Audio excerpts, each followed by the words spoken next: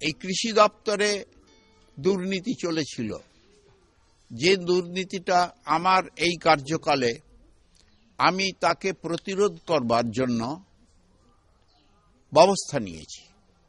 নারাম্যাক বীজ কোম্পানি নিম্নমানের বীজ দিয়েছে, যে বীজ কৃষকদের ক্ষতি করবে সেই বীজ দেওয়া হয়েছে। সেটা ল্যাবরেটরিতে টেস্টিং এর পর যখন কনফার্মড হয়েছি, প্রমাণ রয়েছে, সরকারি দপ্তরে যখন সেটা নথিবদ্ধ হয়েছে আমাদের, তখন সেই কোম্পানির বিরুদ্ধে প্রশাসনগত ব্যবস্থা নেওয়া হয়েছে, পেমেন্ট স্টপ করা আছে। নারাম্যাক কোম্পানির যারা কর্তৃত্ব বা যাদের কোম্পানি, তারা আদালতের দ্বারস্থ হয়েছে।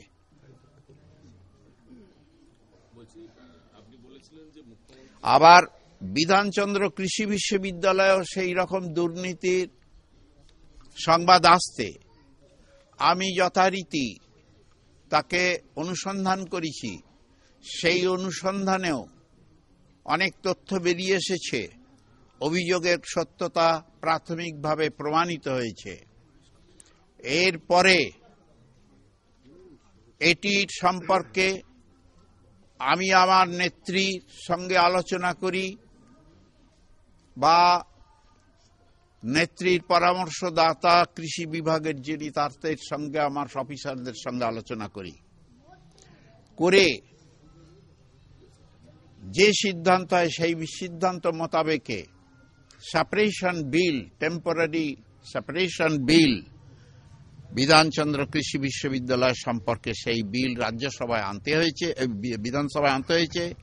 তা বহু আলোচনার পর পাস হয়েছে। রাজ্যপালের তাতে সম্মতি পাওয়া গেছে।